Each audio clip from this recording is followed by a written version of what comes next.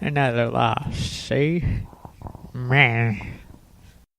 This episode of the Gold Blooded Podcast is brought to you by mybookie.ag, mybookie.ag. Use promo code GOLDBLOOD, one word, to match up to 100% of your initial deposit. 3rd and 3. We'll see a pickup sometime on the right side, possibly. Montana looking, throwing in the end zone.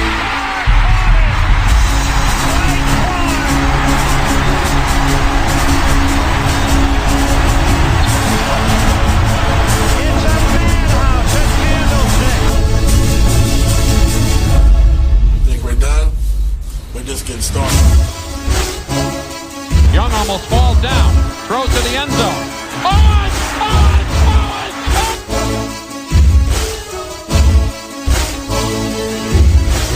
It will change, and I'm not trying to tell you something.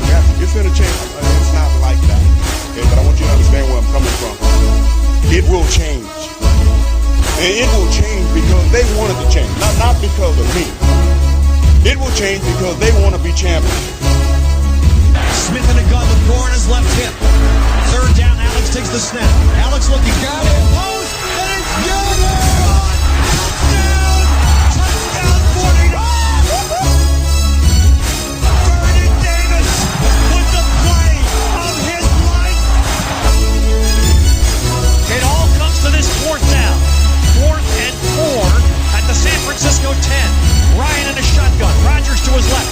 3 receivers right. Ryan takes the snap. Looking, pressure, throws middle. Broken up by Navarro Bowman. And the 49ers silence the house.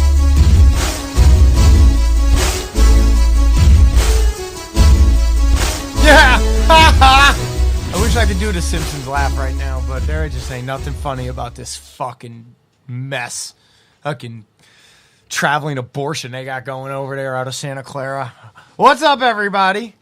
The boys are here. Daddy, Rob, Steve, and Chris. Curran on the backside doing his thing. We're gonna start real different here. Hey, why don't you fucking email us and tell us how miserable you are with what the fuck is going on? Hit us at goldbloodedpodcast@gmail.com. The 5th member of our squad, Mr. Michael Curran, he runs an Instagram account. That's at Gold Blooded Podcast, one word. There's a Twitter, Gold Blooded Podcast, or Gold Blooded Pod. I still don't know and probably will never know. We have a Patreon if you're feeling squirrely and you'd like to donate some money to keep the fucking wheels greased and rolling on this fucking train. That is Patreon /Gold Blooded Podcast. You can go there. You can make a donation. 50 cents a month, $1 a month, $1.50, $2.55. For whatever you got, you donate, all right? And did I miss anything? Oh, yes, what you should do, you twats, you should leave reviews. You should go to, what do? You listen on Podbean. You listen on the Purple Podcast app. You got Stitcher. What do you do? How do you hear us? Well, go there. Tell the other people how fucking fabulous we are. And with that said, Steve is, on top of the fact that the Niners just can't get it done, he's gonna insult the injury with injuries. Yeah. Someone's excited to go on vacation. Oh, I'm already there. Someone's Papa. a little bit excited, huh? I'm already there. Jesus. Don't give a shit. What are you back on the toots tonight? Of course, I don't care about any of this. What are you back on the Tutor Roots or what? You know where I'm at right now. I'm traveling. Are you following the guardrails? Allegedly. No, not that way. The sympathy rails? Jesus No. Just the way my body operates. I do the downers and I go up. I don't know. Okay. Dante Pettis played this week with the knee injury. I just looked at the snap counts. 7 snaps for Dante Pettis this week. Was he not 100%? I'm sure. Clearly. He's easing back in. Yeah. Did he have any catches? I think one? No, he had 1 target and a muff punt. Yeah. That might be why he had limited snaps, too. Maybe. When was that? I thought that was in the 2nd or 3rd. It was, yeah. It wasn't that late. But we got it back. It wasn't a lost fumble. Richard Sherman played through the calf injury this week. I heard I don't remember where, a few places that sounded like he might not be able to go Thursday. I don't know if you heard anything different, Rob. It's a short week, so everyone that's been working through stuff is going to be tough. And because They just played Right. They just played Sunday, and now they got to go Thursday. They typically It's say, tight. like, when you play on Sunday, Monday, Tuesday are recovery days, and you're back to practice Thursday. So if he can't get back to practice, Yeah, it's tight. Shanahan today was saying that a lot of these guys we're not going to know until Thursday because they don't go full speed until Thursday. Jimmy Ward played this week, dealing with the hamstring injury, and he came out of this game with the hamstring. Oh, in out. Who Yeah. knows? Matt Breida played this week, dealing with the ankle injury, and Pierre Garçon did not play this past week, dealing with the knee injury. He should be ready for Thursday. Kwaski Tart, shoulder injury. He left the game and did not return. He is not at practice today. Reuben Foster left the game with a hamstring injury. He did not return and did not practice today. Anton Exum got a concussion, left the game, did not return, and he is out this week. Just because the protocol is going to take longer. Yeah, there's than no way Thursday. he's passing that protocol by Thursday. CJ Beathard did not practice today with a wrist injury, and if the game was Sunday, he would likely be ready, but Thursday is going to be a challenge for him. And we waived wide receiver Victor Bolden and cornerback Greg Mabin. No corresponding roster move yet, but IR designated to return players are safety Marcel Harris, fifth rounder if I'm not mistaken, and offensive linebacker Dakota Watson. Outside linebacker. What did I say? Offensive linebacker. Yeah, that's not what he is at all. You gotta love those offensive LBs, you know? Really wrecking shit. Wouldn't that be just like a fullback? Yeah, I guess so. Offensive linebacker Dakota Watson has been practicing with the team. They've both been practicing with the team. I forget which one. One of them we have to activate this week if we're going to, and the other one we don't have to. We have until next week, but we're likely to if we cut 2 people and didn't add anyone. That's my guess. All right, then. Well, if Marcel Harris gets activated, he might get thrown right in there. And especially if we're cutting Mabin, who actually has been playing. I'm not saying he's playing well, but he's been getting game time. So if we're cutting him, then somebody's playing. Yes. All right. A loss. 18-15. Nobody won. We all predicted wins. God damn, I didn't expect to lose this one. Oh, we got breaking news.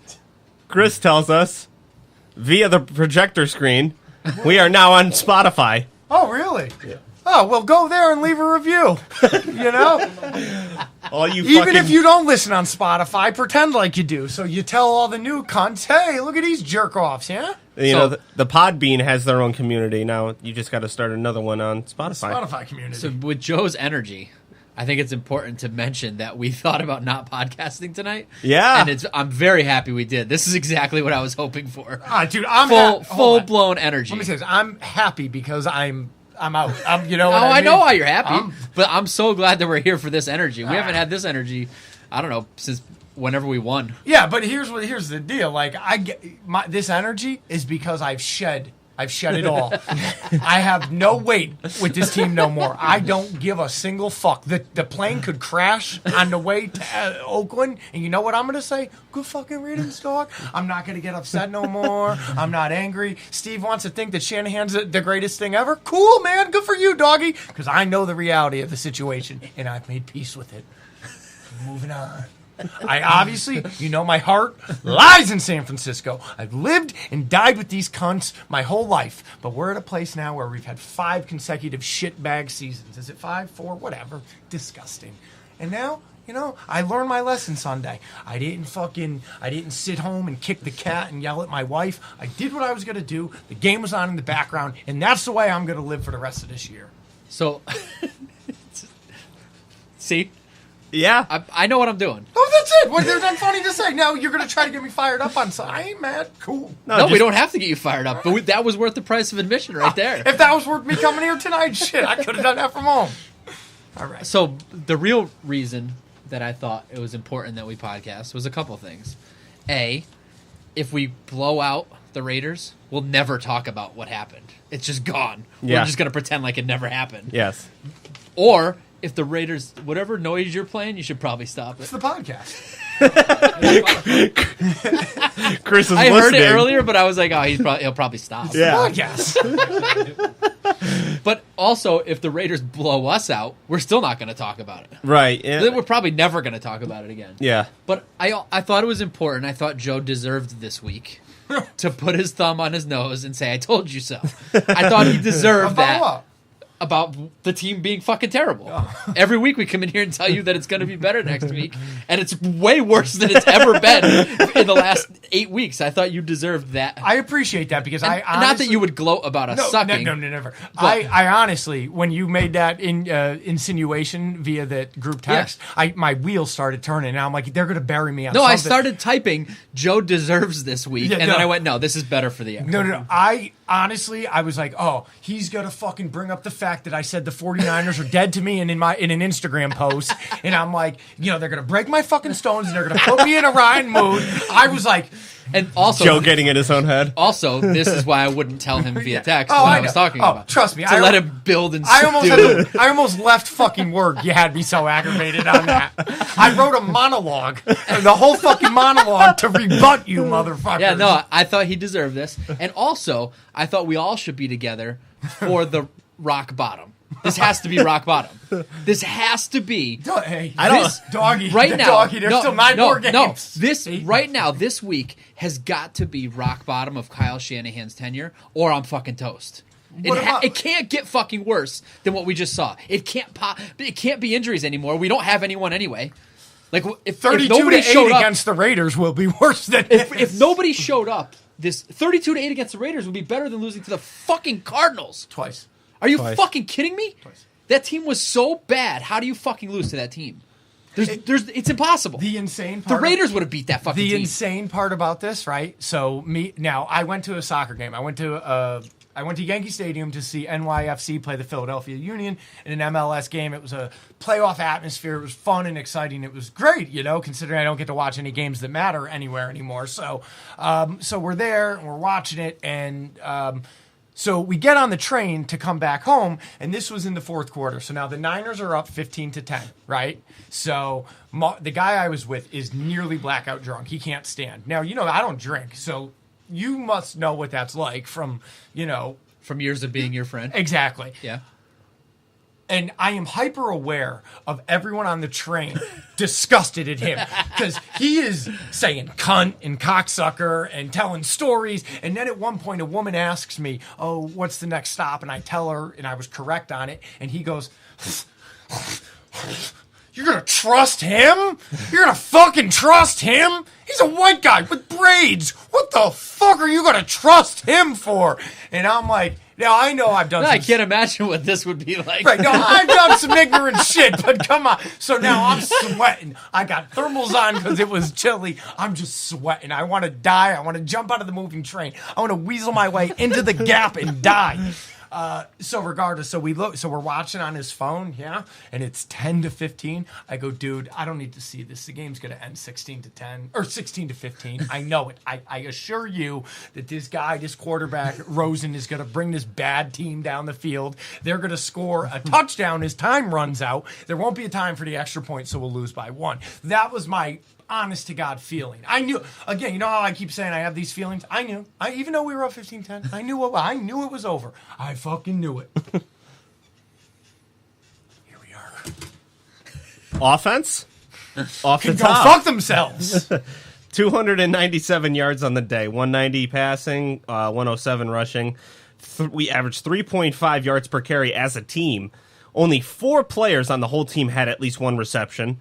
We allowed 4 sacks, 8 quarterback hits, which were combined negative 30 yards. We were 0 for 2 in the red zone. But for the first time all year, the offense committed 0 turnovers. Ooh, great. What about special teams? Clearly No, that that was was We didn't turn. We had 0 turnovers. Wait, so we won the turnover battle because we had an interception. Yep. We won the turnover battle 2-0. We had 2 turnovers. Oh, 2. Yep, 2. Again, I didn't see everything. I watched the game from a fucking cell phone. Yeah, no, it's clear that the turnover battle is not what wins games. It's very clear. No, it is a franchise quarterback. And on the opening drive, CJ shows absolutely 0 pocket awareness on the 3rd and 6. And he takes a sack instead of dumping it off to Trent Taylor and Juice for easy completions. Probably would have been first downs. Was that the one in field goal range that knocked us out of field goal range? No, this was the opening drive. We didn't even get across midfield. Middle of the first quarter, I think this is the one you were talking about. CJ takes another bad sack. Instead of pulling the trigger on a wide open Juszczyk down the sideline on a wheel route, whom I believe was the primary read because he looked at him twice and didn't pull the trigger. It was very clear watching this offense that they have been yelled at repeatedly for turning the ball over, and there was no way they were going to turn it over, even if that meant not moving the ball 1 yard. I don't know. That's what I saw. I saw a quarterback that said, I am not putting this ball on the ground, even if that means getting tackled 85 yards behind the line of scrimmage. This is the CJ I've seen all year, just not pulling the trigger, just holding onto the ball too long. 3rd and 19 in the first quarter. CJ throws a ball that's too low for Kendrick Bourne to catch on a slant. Had the ball been on target, we would have had a field goal attempt at the 35-yard line. Instead, it was a punt because we were too far away. An inaccurate ball changed a field goal attempt to a punt on an easy slant route. I only have one question about the offense. Okay. What's Nick Mullins' nickname? I don't know. Because he's coming in. The Savage We're Slayer. riding Nick. We're riding Nick Mullins to a fucking playoff berth. Another one. I mean, the defense 9-7 sneaking in on a wild card. The defense gives the offense the ball at the 12-yard I hate line. that you said it first. What? I said My I hate prediction: 9-7, we sneak in the playoffs And on I- Nick Mullins' 8-game winning streak. I just said I hate that you said it first. Get that on my bookie. What are the odds of that? Bet $1, win $1 million. Just get it in now. I don't need a parlay on that fucker. The defense gives the offense the ball at the 12-yard line. And where do we kick from? The 30? We lose 5 yards on the definitely- first play. Oh, It yeah, was a we negative did. 5 rushing play. Okay, so we got 2nd and 15 here. CJ throws yet another inaccurate ball to Kendrick Bourne on a slant where he had to dive for it, giving him zero opportunity to gain anything after the catch whatsoever. I mean, this is why pinpoint accuracy for a quarterback is so important. And 3rd and 7, after that play, CJ throws a ball too low that allows it to be batted down. Another batted down ball. That was He one had that a was ton almost of batted picked. down One of them was balls. almost Yeah. picked. That one was almost on the picked. turnover. I was like, are Yep. you fucking kidding me? We don't even get 3? You got Kittle making a real tough catch across the middle, and he's able to hang on while getting blown up. That was the play that got us the first down and kept the drive alive, setting up, dramatic pause, Marquise Goodwin burning Patrick Peterson for a 55-yard touchdown. Smoked him. That Yeah. was dope. That was really nice. That was That was nice. And I will give y'all And credit. he smoked him. Like, he ran away from wasn't all even of I us. thought 2 close. weeks in a row. That's 2 weeks in a row. 2 weeks in a row, his phone's going off. No, not him. Him. Well, he's playing podcasts. What are we doing here? He's Look like, unprofessional. we look like these fucking idiots. Chris is listening to the Gold Blooded podcast while we're We're recording. podcasting the way Gold-Blooded CJ Beathard podcast. plays I'm football. going, Seriously, I'm going yeah. back to happier times. Yeah. What's Shanahan running this show? I will say this. Run wild, boys. I will say this. If I was going to nominate an offensive beast of the week this week, it would be to George Kittle. Because, quite frankly, he's the only... I mean, Goodwin had a good game, no doubt. But I was wrong on Kittle. He's a baller. Okay. So, he had a really good game. He's aggressive. Bourne, too. Bourne had a good game. Another. They look to... It's funny, like, when there's absolute chaos, they always look to him. He's like a... I have a feeling he could, like, break out. It could give me come. the, you know Yeah, what like I next mean? year. Or somewhere else. Like, he might end up getting traded, and then you're going to see him, like, with 800 yards and 6 touchdowns. It's been a steady drumbeat with him ever since he's been here. Yeah, the coaching really. staff absolutely enamored with him, which is why, I mean, he's playing over guys like, I mean, I know Dante Pettis is injured, but even when he wasn't injured, Kendrick Bolden Bourne was got getting released. meaningful snaps, and Richie James has yet to see the field hardly at all. Yep.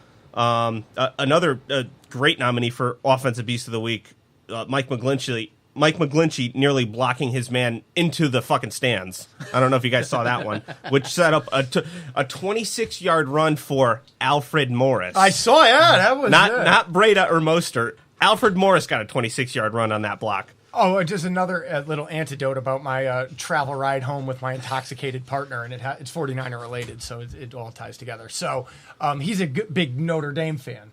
So he was all excited that we had Mike McGlinchey, you know what I mean? So then he's trying to figure out Quentin Nelson's name, and he's just asking, like, random women, hey, who was the offensive lineman who drafted the other one? Not the guy that went to the Niners, the other one. What was his name? Carlson? And he couldn't remember it, and he's just, like, asking, like, a 6-year-old child walks by of a fucking homeless guy, you know what I mean? You guys have smartphones. You're resorting to this. Well, no, my phone was dead, but I was watching the game on his phone. Okay, so you had nothing. Yeah, you know what I mean? All right. And so it was like, what do we do? And that's why my phone was, something was going on, so that's why I texted you and asked. Did I answer it before you guys figured it out? No.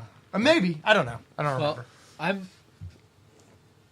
39 years old and I've never been drunk, so I couldn't possibly imagine what that's like to have someone completely wasted making your time terrible. I couldn't imagine what it's like to be at a sporting event with an intoxicated friend that's about to get you in a fist fight at any moment. No, there was none of that. While you're totally sober. No, there was none of that. He's like a peaceful hippie, you know, I mean, for the most part, you know. But, you know, the concerns were when you're walking out of the stadium and he's got the beer in his hand and the New York City cop, like, runs him down, you know, or, you know, shit like that, you know.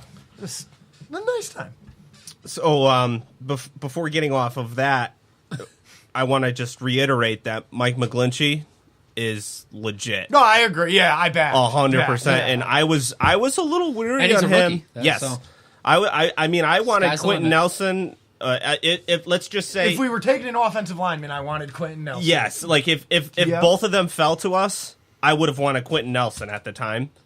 But Mike McGlinchey has played better as a pro than Quentin Nelson has. Granted, they play different positions, but just as an offensive lineman, Mike McGlinchey has been the best rookie offensive lineman, period. And this goes all the way back to in the offseason where we had a coin flip with the Raiders for the pick, yeah. and we won that coin flip, and they ended up with Colton Miller, who's a fucking disaster. They took an offensive lineman as well? It's a very real possibility. It was floated out there that they were taking McGlinchey had he fallen to them. But And Yeah, I don't know anything about Quentin Nelson, but everything you ever hear about McGlinchey is how great he is of a person yeah, as well, off the field, in the locker room, everywhere. 100%. And I like, mean, if you watch any of the stuff on the app or the website with interviewing guys, they're always talking about him. Like I saw something where they were asking about who's the worst to sit next to on the plane or something like that, and they were all talking about him because he sings all the time. He's Yep. always goofing off. now he's passed the test at right tackle. Let's see what he looks like of when course. Joe Staley's gone at left tackle. But But he did fill in. at the very least, he is a right tackle He at the very least, he's an 100%. offensive lineman on this team for his whole rookie contract and probably longer. and beyond. yeah, he- they'll there's the 5th-year option will Yeah, be picked done. up on him, no question. he could easily be that guy on the decade Forever. wall. I mean, do you think he's Pro Bowler this year? It got to be pretty close, right? It's tough for the rookies to get recognition like that, Right. Just 'cause especially they on the name. offensive line. And especially on this team. I mean, Joe Staley gets nominated to the Pro Bowl every single year just because people know his name. Yeah. Like, people don't really look at offensive line performance that No, much. when you're voting and you see his name, you go, oh, I know him. Yeah, it's kind of like one of those deals. But yeah, he has been one of the best right tackles in the league this year, and he's a rookie. It's very impressive. Moving on to Well- CJ. Oh, I'm sorry. With that said, that's about the only positive I'd like to speak on tonight. That's all. Okay. You already spoke on Kittle positively. I know, I'm all fucking too much. I'm fucking sound like you, Steve. Fuck this team. CJ getting blown up by Bethea when running a quarterback draw on a 3rd down from the 5-yard line. And I don't know what you guys thought about this play call, but maybe I'm reading too much into it. This play call makes me question about how much Shanahan trusts CJ to make consistent plays with his arm. You don't run a quarterback draw on a 3rd and 5 when you're 5 yards away from the end zone. Yeah, it was almost like he was riding on the fact that Beathard does that when the play breaks down, Yes. but he doesn't do that when it's scheduled. That was scheduled. Like I know, and that's what made it not work. Like it works when he does it on his own. Like when the play breaks Yeah. down. Yeah. Yeah, that was a very odd play call. Another CJ moment later on. Goodwin needs to slow down on a deep attempt by CJ and giving Patrick Peterson plenty of time to close the gap and squat it away. Goodwin had a good 2 steps on Patrick Peterson on that. That would have gone to the house had that been an extra, 5 yards out ahead of him. And getting down to the end of the game here, Arizona stacks 8 guys on the line showing blitz. They end up 7-7, and the play that we ran had no hot routes or anything quick and no quick release routes to where he could have gotten rid of the ball immediately. I mean, CJ, when you get to the line and you look at the defense and there's 8 guys showing blitz, you need to audible to or call a timeout or something. Fuck. You cannot run a play where there's absolutely no routes that are stopping before 5 yards. You need to get rid of the ball immediately. Obviously, that play resulted in a sack, and then the game ended on the Eric Magnuson high snap, which everybody wants to blame him for it. Which I see now. Now you got bear with me, boys. I missed that. I pieced it together. I understand. Just give me a rundown. Well, we got the ball back with about 35 seconds left. 2 touchdowns. 2 timeouts. Yep. And they had just gotten a 2-point conversion to make it 3. Right. Which so, is fucking an extra kick in the dick to give up that 2-point conversion. Right. To not have a field goal to fucking... At least when they scored, I went, okay, stop the 2-point conversion, a field goal, we fucking walk away. Yeah. Then they give up the 2-point conversion. It's like, give me a fucking break. Now we got to go to overtime with the fucking Cardinals. So, okay. So, Cardinals kick off. Yep. We start on the 25? I don't know where we started, but... Yeah, it was a touchback. We definitely wasn't a big return, I guess is what I'm getting at. We got 2 first downs. Okay. Passing, running, passing, I'm assuming? I think, yeah, they were all... It was all passing. Yeah. And there was about 10 seconds left in the game. We were about 10 yards away to give Robbie Gould a chance at it. No, we were less than 10 yards away from his comfort zone. Okay. Where we were attempting it. You think so? Oh, 100%. I don't remember the exact yard line where we were. Even if we just kicked it on that down, if there was 6 seconds, we were kicking a field goal there and trying to tie it. It was 100% not Hail Mary zone. It was 100% try to kick the field goal zone. And there was 10 seconds left, so that's even enough time for just to get over 2 attempts. That's enough time for 2 plays. Well, their goal, they only had 1 timeout. Yeah. I think what the plan was is to get 7, 10 yards. Anything. Get it where you want it on the field, the correct hash that he wants, and call the timeout. I think that was the goal. Eric Magnuson, it was a shotgun. Eric Magnuson snapped the ball over CJ's head. CJ has to run all the way back to get it. Throws a desperation. Sorry, now Magnuson's the backup? Yes. Why was he in? Because Richburg didn't play. Oh, so he played the whole game? Yes. Okay, so these are things you can't tell from a cell phone. You know what I mean? Okay, so he played the whole game, but had a pretty good game up to that point. Yeah. And no. There was many shotgun snaps all over the fucking place. Oh, was there? Oh, 100%. Okay. They were all over. I didn't notice that too much. 100%. Okay. Yeah. So it was... In fact, it was mentioned in the post game with CJ, like asking him about how because they were so bad. It was just the build up to that one big fuck up. It was the worst timing for the worst one. Yeah, it was not a new thing. Okay, so he had a piss poor game. But it goes over his head. Yeah. CJ recovers to get it without getting sacked. Yeah. And throws it out of bounds so that we would still have the ball, but the time ran out. If that ball lands or the play stops before 1 second, we're kicking a field. We're trying. Yeah. Might not make it, but it would have been long. Yeah. It might have been yard or 60 it might have been close or to 60. But with Robbie Gould, you're trying. It's worth that. a shot. But I mean, again, I guess you could say, yeah, that was great. But to let the Cardinals score a touchdown it's brutal. and the other Brutal. thing, that's unacceptable. And I still can't put it on the defense. They still only gave up 18 fucking points. But I mean, I don't know one way or the other, but I mean, it was there that they should have stopped them, right? It's the fucking Cardinals. Yeah. You know what? Watching this football game was fun. But you know what would make it more entertaining? Watching it from a soccer game. Watching it on a cell phone from a soccer game. Yeah, because that was pretty dope. I mean, it was a great day. Well, I was going to say playing a show and completely ignoring that your favorite team was playing. Playing a show. Oh. You watched the little ball.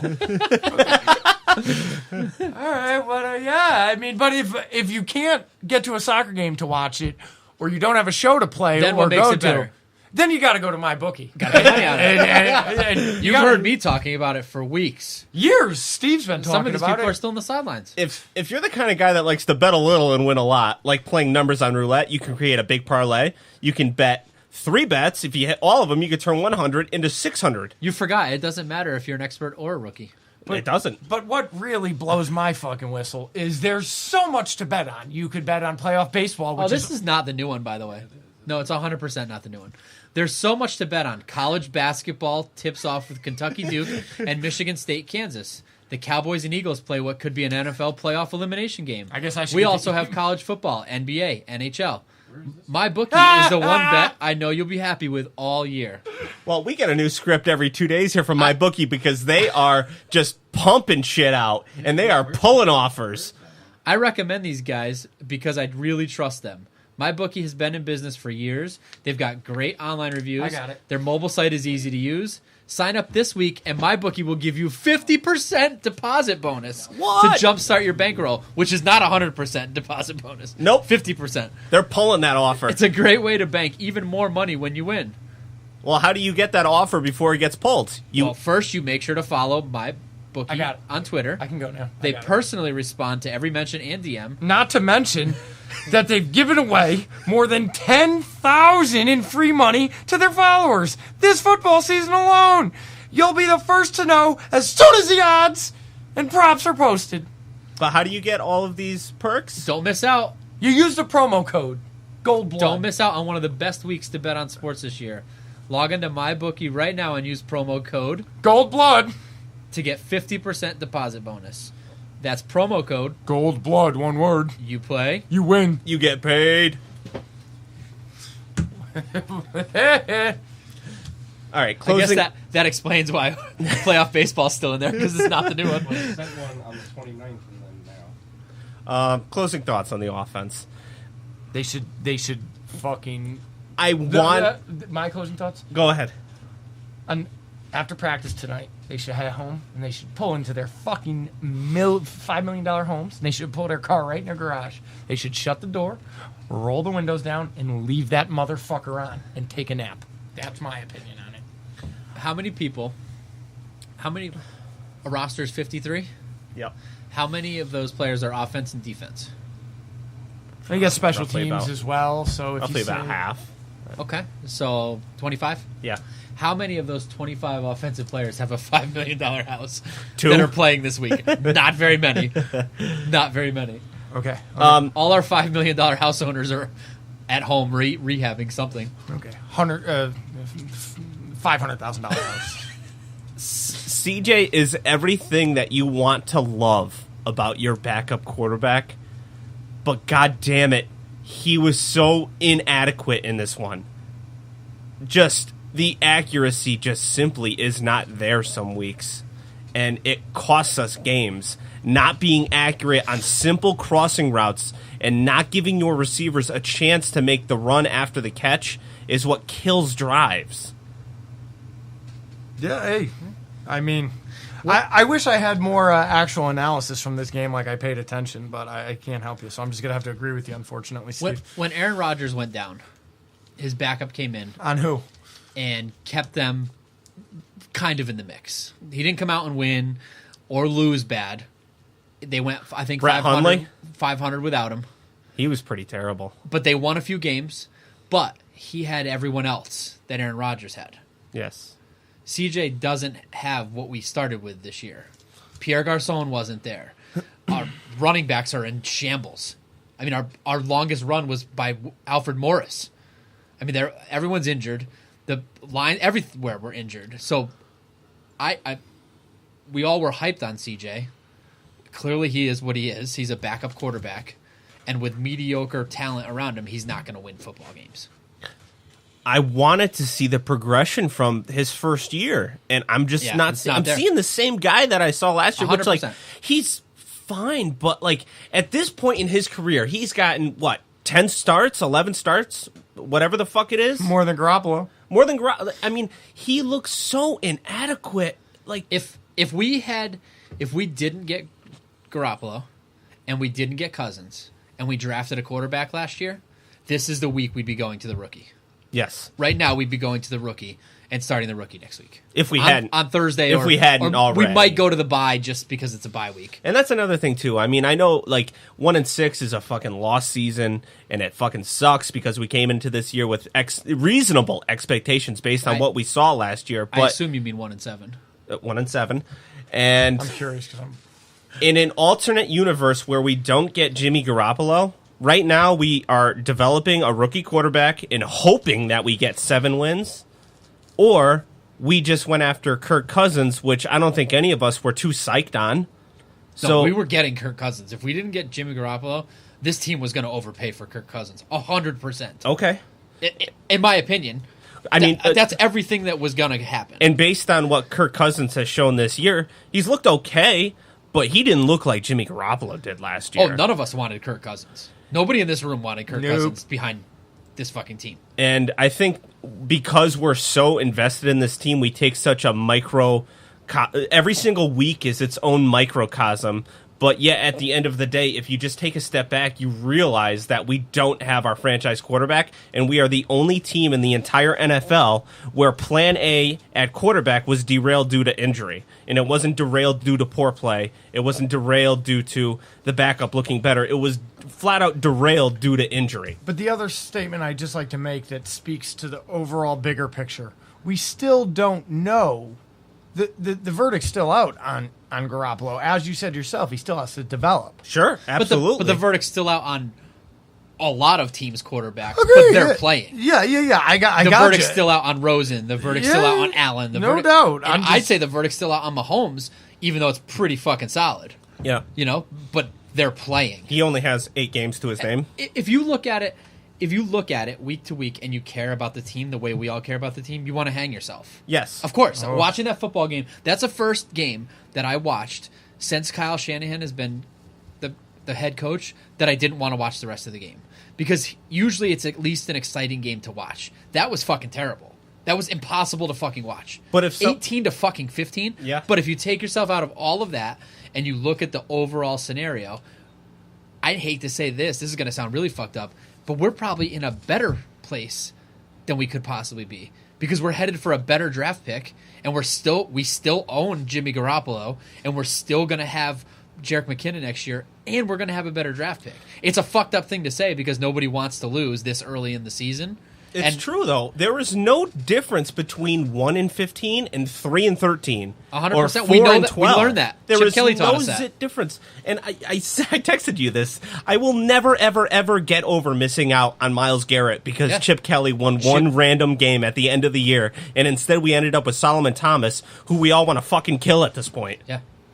And Myles Garrett is if- wrecking games on a weekly basis. If you look at it from a numbers point of view, if you don't take any into account, if it wasn't the 49ers, it was a football team, and nobody had a name or a number, and you said, these are the different places you could be. This is one that you would pick because of the higher draft pick coming, because of having a quarterback You know who that you your think quarterback is the is. future, all these things. But that doesn't make it hurt any less on no, it Sunday doesn't. to watch that fucking Every game. single week it fucking sucks. And the worst part is now we're going into a real fucked up spot. We play Thursday on short notice.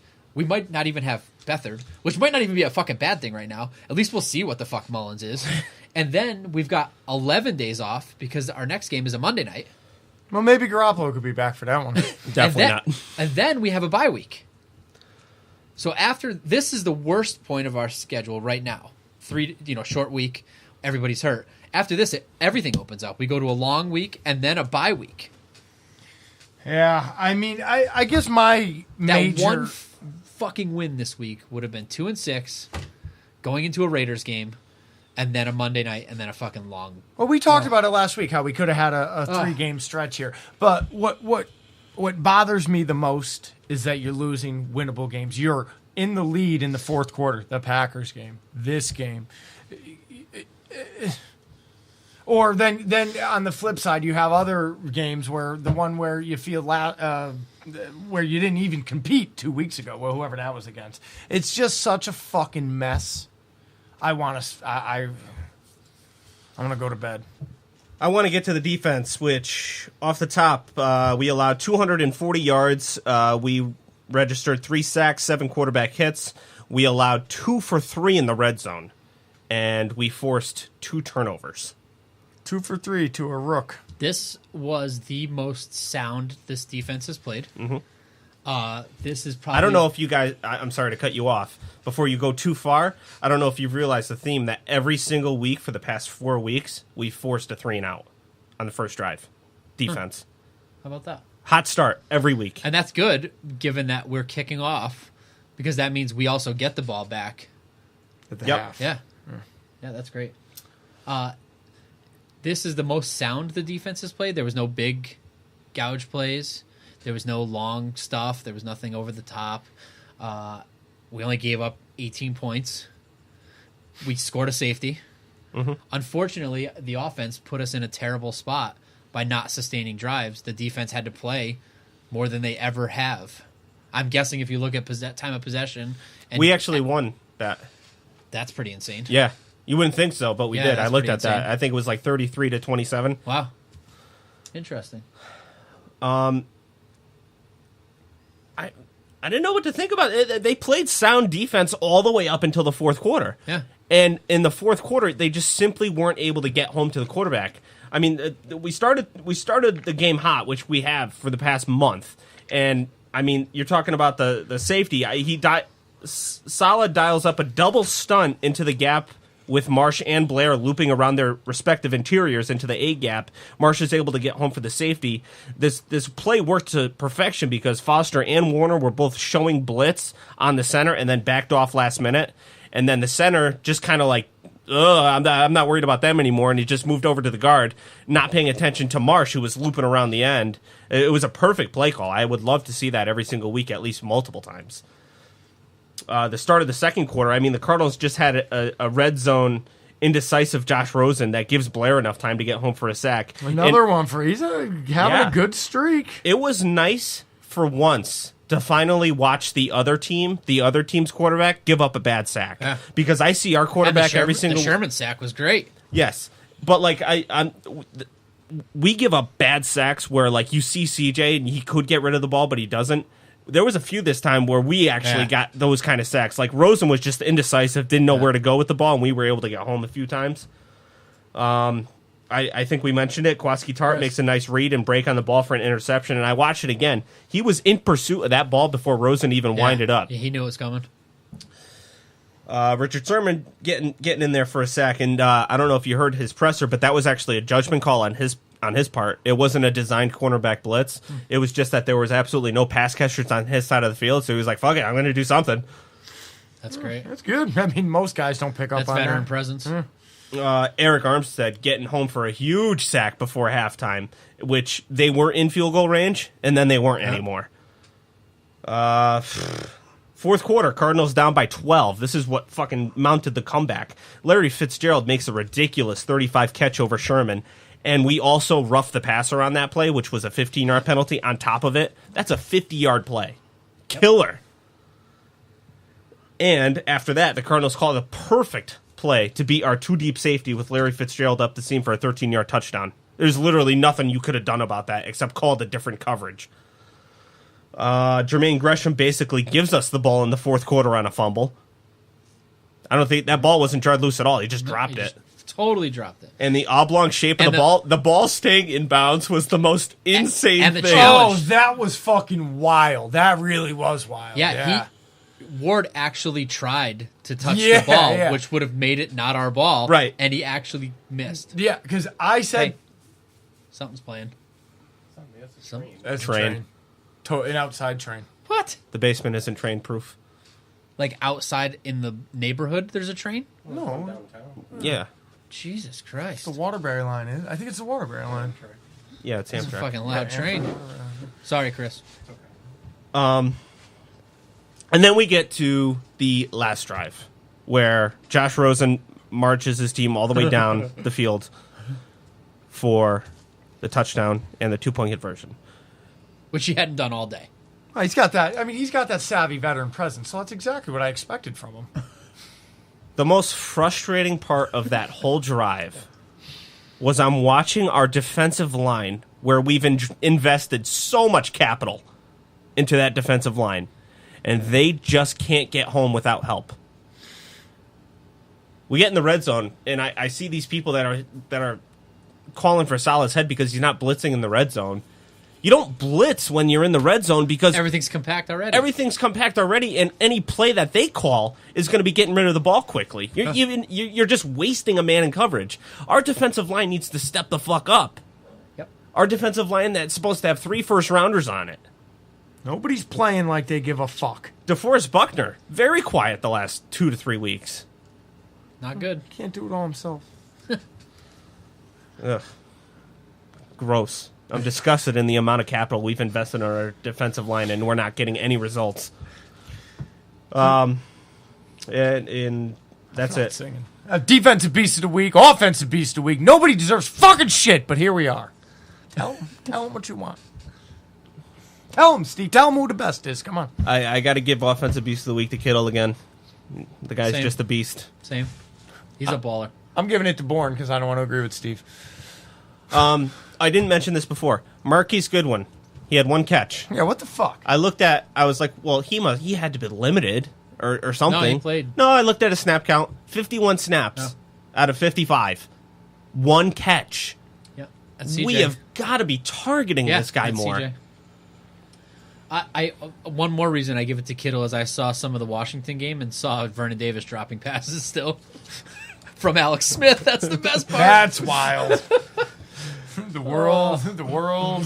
How great is that? There's a fucking thing I want to say, but I don't know. Defensive As Beast the of the world Week turns. for me is undeniably Richard Sherman. I mean, he has just been a complete cog on the right side of the field for us all season long. Yeah. And I know he gave up that long 35-yard catch to Fitzgerald, but There's not a that fucking- was just a fucking Hall of Fame wide There's receiver. definitely not a doing his cornerback thing. on our roster that stops that. No, not even close. Same. I'm giving it to Blair because I've given it to him for the past 2 weeks, so fucking make it 3. Before We got a blame game. Okay. Blame game. I'm blaming Jim Harbaugh For being a dickhead. for not giving it to Frank Gore when the Super Bowl was on the line, because had we won that fucking game, none of us would be nearly as miserable as we are right now had we won just 1 Super Bowl during that run. Can't argue that. But I don't. I agree, but I don't know that that's who we should blame here. Oh, I'm going to start Pandora. I don't know that I would be any less miserable. Yeah, today. if this was the situation still, yeah. Oh, I would 100% be less miserable. Yeah, I Just would that be a lot one. happier with a chip. You know Just what I mean? one during that stretch. With a Super Bowl ring and I didn't have to suck any cocks, I'd be stoked. Yeah. Trust me, that was in my monologue. How I was like, I will suck a cock for victory. I would definitely give a hand job for a win this week. Not even a Super Bowl, just For a one win for a win against the Raiders. Yeah. Sounds like you just want to give a hand job. No. I'm just going to put that No, out I'm going there. to tell you my theory. There is some theory here. I'm going away on vacation, I'm going to be, I'm questioning not even watching the game because I don't want my whole fucking trip ruined by this. But it would be nice for me to be able to go on vacation with the wife. We're going to go out to a bar. We're going to watch this thing. There's going to be a Raiders fan there. If I had to give a hand job in the bathroom so I could walk out of there with my head held high, well, then that's what I'm going with. What about if it's a Raiders fan? I love that if you gave a hand job in the bathroom at a fucking foreign land that you would hang your head high. If they walking won. out. If they won. Joe, do you realize that your fucking hand job is going to cost us Nick Bosa? Bosa Jr.? Steve, by the time this dust settles, we will be clear and far the worst team in the league. Don't worry, bud. At this point, I hope so, because I want fucking Nick Bosa. Can I tell you how bad I wanted us to win this game and win it big so that all this podcast could be about how Joe's not allowed to watch anymore because he went out. I knew. And that's obviously the curse. And, you have no idea, Steve. I know. I had it all written up. Had we won this game, I'd be talking about let's fucking win the next one and the one after that. But at this point, So let me ask Nick you, Bosa. do you want Nick Bosa or would you rather have Nick Mullins run the table on the way out and maybe get a chance at the wild card? I'm not a Nick Bosa fan. How many brothers Agreed. play at that high of with a the level? Watts, that's it. There's a couple. Yeah. I don't know. I would take a 9-7 Nick Mullins maybe playoff run over Nick Bosa because I'm not even sold. if you're not on I'm also board not with sold that, on another fucking defensive lineman in the first round. well, he's an edge rusher. Even if you're not sold on Bosa Jr., we get the number 1 overall pick and fucking trade that for a ransom. All right. Who you blaming, Joe? I was gonna blame myself For not giving a hand job? batting that cock away. Blame your hand. But I'm He had the opportunity, he batted it away. would never. I'm going right to the top. Jed York. I don't know why, but it's got to be his fault somewhere. I am blaming... No, I know why it's Jed York's fault. I'm sorry. That's good. It's Jed York's fault because this ties back to what Steve said. If he could have had his ego in check, Harbaugh might still be here. I'm blaming Steve. I'm blaming every news writer. I'm blaming every person that wanted to know why Kyle Shanahan was running pass plays and not running the clock out the last time we had a lead late in the game that allowed Aaron Rodgers to come back. Because this game, when we had a lead late in the game, we decided we better run all running plays to run the clock lower, which gave us A, less chance of getting a first down, and B, less time when we did get the ball back and had to get a field goal. I don't think it's a one size fits all with that mindset. There are certain plays where you need to run the ball. We ran the ball every play. Well, I don't agree with that either. But there are certain obvious plays in my mind where the ball needs to be run.